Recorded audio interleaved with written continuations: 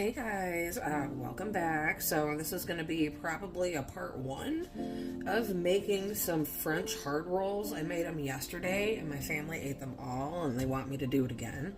I'm going to talk about some DBT, psychiatric trauma type stuff too while I do it. So if that interests you, welcome aboard. I modify this recipe a little bit too. So yeah, that's going on.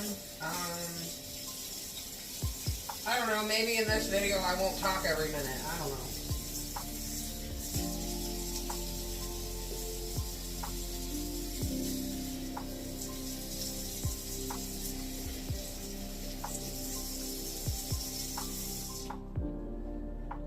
Yeah, I've been working on kind of like trying to develop a feminist criticism of GIVE, and that is an acronym used in DBT. And the stupid thing about it being an acronym is that GIVE, like the G for example, doesn't even stand for anything that starts with a G. Okay, so this recipe calls for half a tablespoon of yeast. I'm gonna see what that looks like because yesterday in my recipe I used 7 grams and it worked just fine. Baking's kind of tricky sometimes. You have to be pretty exact, but I don't know. I worked in a bakery and I take chances, you know. Okay, so that's... I'm just going to add the whole 7 grams because that's not a whole lot left over. Okay, and then you're going to want to add... a tablespoon of sugar that activates the yeast.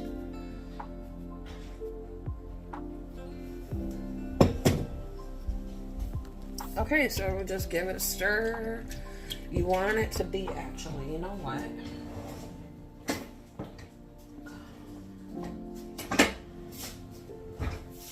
Okay, so, I'm not a professional baker. You know, I worked in a grocery store bakery. And I've heard that you're not really supposed to use metal when you're baking bread, but I did it yesterday and it was fine. So we're going to let this set for 10 minutes and we'll talk about this DBT garbage and how they seem to think that we're so toxic that we don't even know how to have a conversation. They have to tell us exactly how a conversation is to be done. And if you're a woman, that can be especially challenging. Okay, so give. G. Be gentle. Be kind and respectful in your tone and action. Avoid attacks, threats, or judgment. And I think when I get through this, we're going to kind of talk about how that doesn't work when you're in, like, an abusive relationship, okay? Okay, the I is act interested. Listen and show genuine interest in the other person's thoughts and feelings. Make eye contact, nod, and avoid distractions. Validate. Acknowledge the other person's feelings and perspective, even if you disagree. Yeah, boy, that could definitely be good advice in today's world. I will give it that. Okay, and then E is use easy manner. Stay calm and relaxed. Use humor or a gentle tone. Try not to sound demanding or overly intense. Oh yeah, you can't be... Don't be overly intense. We can't have your emotions unregulated, especially in conversation. My problem at the time when I was in DBT and had that stupid BPD diagnosis, I had a lot of abusive people in my life. Like, I would say work, very much. Work was bad. It was a place I went to make money, but there was a lot of there was a lot of yelling. And just mean people. A lot of nice people, but that place, I always said that's the place where dreams were crushed. You know, I don't know why I stayed as long as I did. I actually ended up transferring to a different location for a little while. And then I had my second son, and I like wasn't able to wait tables anymore. I don't know what happened. I just like couldn't do it. It was weird. But and then I had this boyfriend who I never should have got involved with in the first place. Red flags everywhere. I ignored every single one. I'm lucky to be alive. The types of people he introduced me to, very potentially dangerous. And then he was very, very abusive. My parents actually intervened that time. Because my son didn't like him, and my son is more important to me than a boyfriend. So, I put an end to it. That was what made me leave, was like, I care about my kid. Now, my son today is his 20th birthday, and, he graduated from high school with a college degree. And he's now studying criminal justice because he wants to be like a DNR officer or something like that. He likes to work, I think he kind of like wants to work in rivers and streams, but I think that's really cool that he's doing criminal justice. I think that's really something that him and me could talk a lot about, because I'm interested in crime just like every other white girl. So my point is, my situation at the time, I don't, one thing I will say is that when I was doing all this DBT, interpersonal relations stuff, I did start to realize how poorly other people were treating me. And I was like, whoa, there's something about that area that people just treat me like total shit. And so I moved and went on with my life. And now kind of when people get all slim shady, I say something about it. But back then I didn't. I just let it happen. And that caused me a lot of stress. And I feel like the mental health system was abusive. It's, my family, I wasn't getting along with them at the time. We didn't know I was, like, bipolar either. So, like, this also sort of reinforces the stereotype that women need to be gentle and calm, and how it says use humor. Like, dude, there's not a protocol to a conversation, okay? You talk. Okay, I think it's time to add some oil. I'm using really super unhealthy oil. Yesterday I used olive oil. Today I'm using corn oil. It's got canola in it. I'm trying to stay away from seed oils.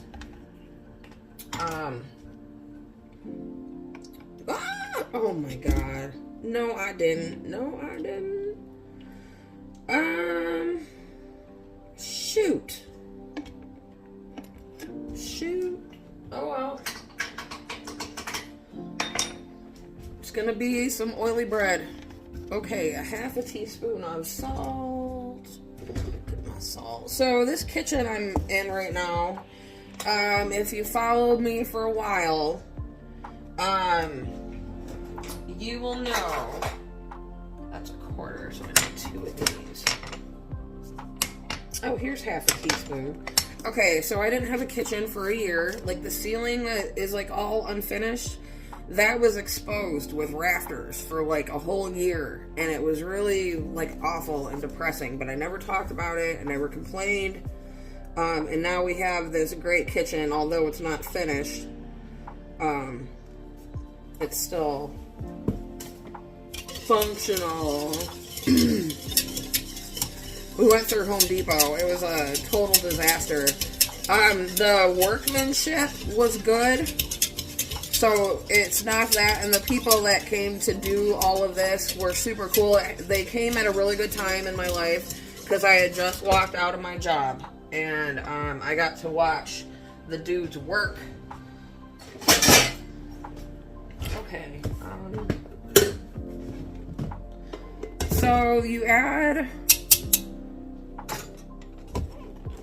just a cup.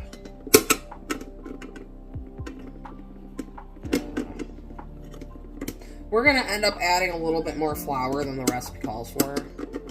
This is a pain in the ass.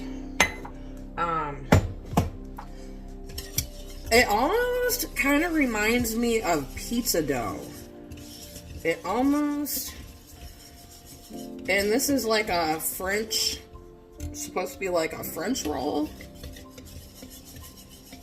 You just mix that up really good.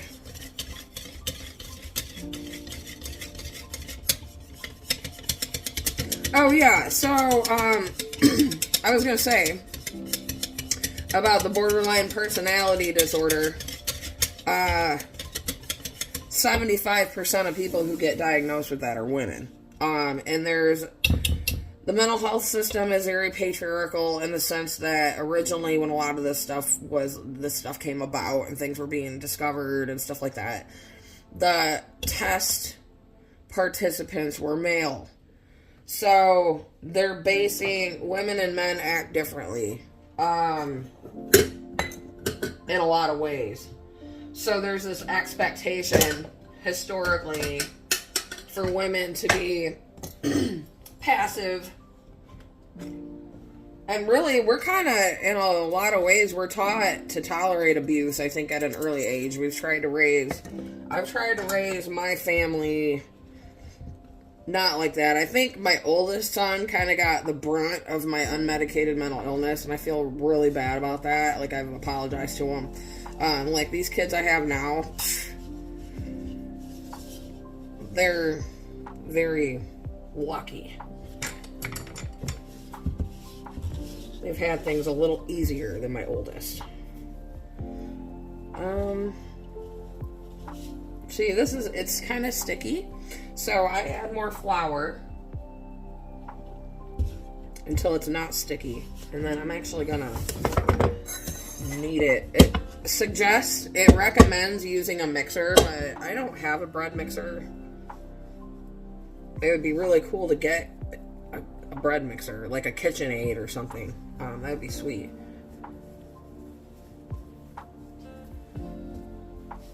So, I guess that's all I got today. Yeah, that guy that was so abusive, he started stalking me at one point when I worked at the grocery store.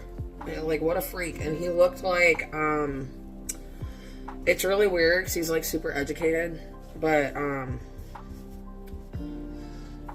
don't know. It was crazy. It was crazy. It's crazy sometimes, like, what you move on from, you know what I mean?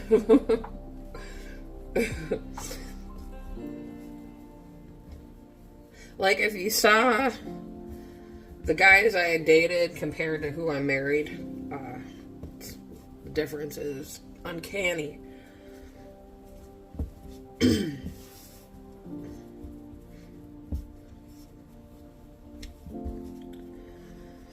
Oh boy. You know, that day I filmed my artichoke plant, I should have dug it up because that night we got frost. Now I don't know. It killed all my flowers. I mean, it was inevitable. It was going to happen sooner or later. We had a really hot, sometimes hot October. So,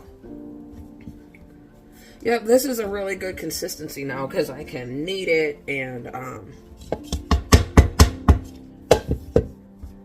it's not sticking. Oh my gosh, okay, it's not new. There's a place in Plainwell called Third Base, and they just started selling fried chicken today. Oh, girl.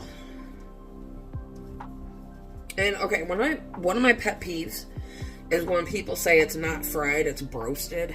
Trust me, it's fried in a deep fryer. You just put a lid on it. That's the only difference, is that you put a lid on it and it doesn't even cook well because all the chicken will stick together. I've done it before when I worked at the grocery store. We had really good fried chicken.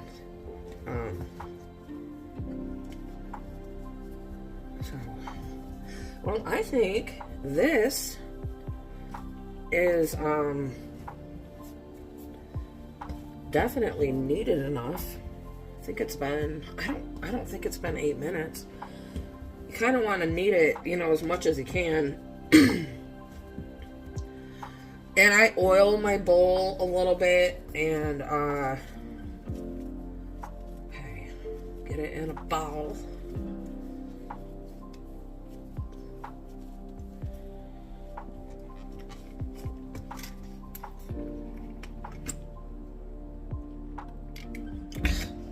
I'm out of control with pouring the oil today. Not used to using. I'm frying calamari tomorrow for my son's birthday. He's gonna come over and I'm gonna bake my cake. Alright. And then get that hot.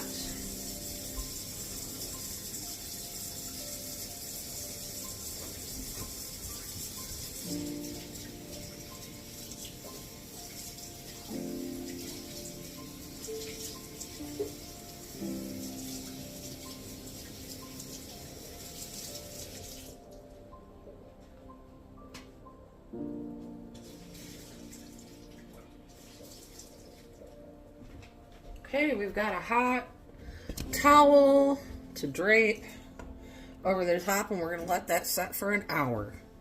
Okay, so I'll see you guys later. Bye.